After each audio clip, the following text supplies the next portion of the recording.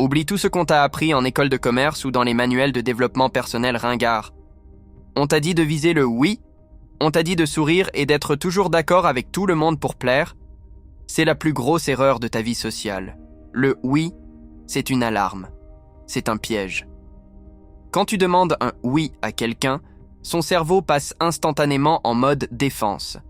Il voit le contrat caché, l'engagement qu'il n'a pas envie de prendre, la corvée qui arrive. Si tu veux vraiment ouvrir quelqu'un comme un livre, si tu veux qu'il baisse sa garde et qu'il te donne ce que tu veux avec le sourire, tu dois faire exactement l'inverse. Tu dois utiliser ce qu'on appelle l'audit d'accusation. C'est violent, c'est contre-intuitif et c'est d'une efficacité terrifiante. Le principe est simple. Tu vas lister toi-même toutes les choses horribles que l'autre pourrait penser de toi avant même qu'il n'ait le temps de les formuler. Tu vas devenir ton propre pire procureur. Pourquoi ça marche ? Parce que le cerveau humain a une peur bleue de l'inconnu et du conflit non dit. C'est ce qu'on appelle le biais de négativité. Quand tu entres dans un bureau pour demander une augmentation, ton patron pense déjà des choses comme « il va encore me pomper mon budget »,« il n'est jamais satisfait » ou encore « il se prend pour qui ». Si tu ignores ces pensées, elles grandissent. Elles deviennent un mur invisible entre vous. Mais quand tu les verbalises, il se passe un phénomène neurologique fascinant. L'amygdale, la zone du cerveau qui gère la peur et l'anxiété, se calme instantanément. En nommant l'émotion négative, tu la tues. C'est de la chimie pure. En disant « vous allez penser que je suis un ingrat et que j'ai un ego démesuré », tu forces le cerveau de ton interlocuteur à passer du mode survie au mode logique. Et comme les gens détestent se voir comme des personnes cruelles ou injustes, leur réflexe naturel sera de te contredire. Ils vont se mettre à te défendre contre toi-même. Félicitations, tu viens de hacker leur besoin viscéral d'être une bonne personne. Voici comment tu vas appliquer ce petit bijou de manipulation psychologique dans ta vie de tous les jours. Pas de théorie, juste de la pratique pure. Premier scénario, le bureau. Imagine que tu as foiré un dossier ou que tu dois demander une faveur énorme à un collègue qui est déjà débordé. Ne dis surtout pas « Est-ce que tu pourrais m'aider ?» C'est une question de débutant qui appelle un refus. Dis plutôt ceci. Écoute, ce que je vais te demander va te paraître totalement injuste. Tu vas avoir l'impression que je ne respecte pas ton temps et que je suis le collègue le plus égoïste de la boîte. Tu vas probablement avoir envie de m'envoyer balader, et franchement, tu aurais raison.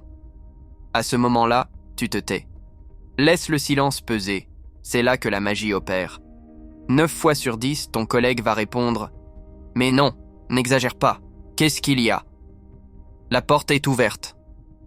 Tu n'es plus le demandeur lourd, tu es celui qu'il a besoin de rassurer.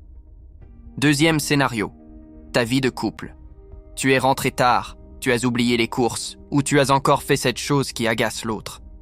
Au lieu de te justifier, ce qui est la pire stratégie du monde, attaque-toi toi-même avec une honnêteté brutale. Dis « Je sais que je passe pour quelqu'un qui n'en a rien à faire de nos efforts. » Tu dois te dire que je ne t'écoute jamais et que je suis incapable de gérer une simple responsabilité. C'est dur d'avoir confiance en quelqu'un d'aussi tête en l'air que moi, je le comprends parfaitement. En faisant ça, tu vides son chargeur.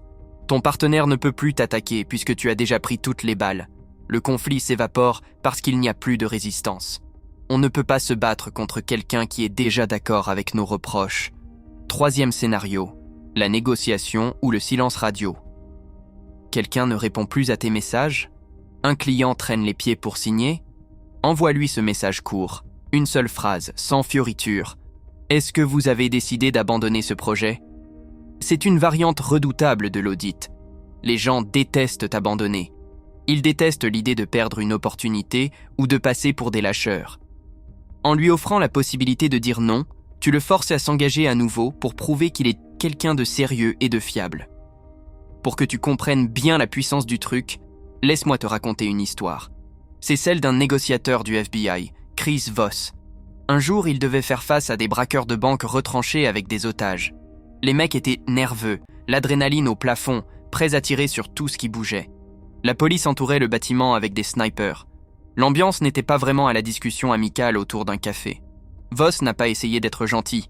Il n'a pas dit « On veut que tout se passe bien ». Il a pris le mégaphone et il a dit aux braqueurs « Vous devez vous dire qu'on est là pour vous abattre, qu'on n'en a rien à foutre de vos vies et qu'on attend juste une excuse pour donner l'assaut et vous massacrer. » Les braqueurs ont été choqués. Pourquoi ? Parce que le FBI venait de verbaliser leurs peurs les plus profondes. Ce simple aveu a créé un lien de confiance instantané. Si le FBI est capable d'admettre ses intentions sombres, alors ils sont peut-être honnêtes sur le reste de la négociation. Le braquage s'est terminé sans un seul coup de feu. Si ça marche avec des criminels en plein délire paranoïaque, imagine ce que ça peut faire sur ton propriétaire qui veut augmenter ton loyer ou sur ton banquier. L'audit d'accusation, c'est ton gilet pare-balles social. C'est l'outil secret de ceux qui ont compris que l'honnêteté stratégique est la forme la plus sophistiquée de la manipulation. En exposant tes propres failles et en mettant des mots sur les pensées sombres de l'autre, tu deviens le maître du jeu. Tu ne demandes pas la permission d'être écouté. Tu forces l'autre à devenir ton allié pour prouver qu'il n'est pas le monstre que tu viens de décrire. C'est un peu cynique ? Peut-être. C'est redoutablement efficace ? Absolument. Alors la prochaine fois que tu as peur de demander quelque chose, commence par dire à quel point tu es une personne horrible de le demander. Tu seras surpris de voir à quel point les gens sont impatients de te prouver le contraire. Maintenant, tu as le code source.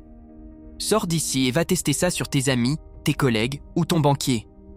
Ou alors, tu peux rester dans ton coin à attendre que les gens devinent tes besoins par pure bonté d'âme.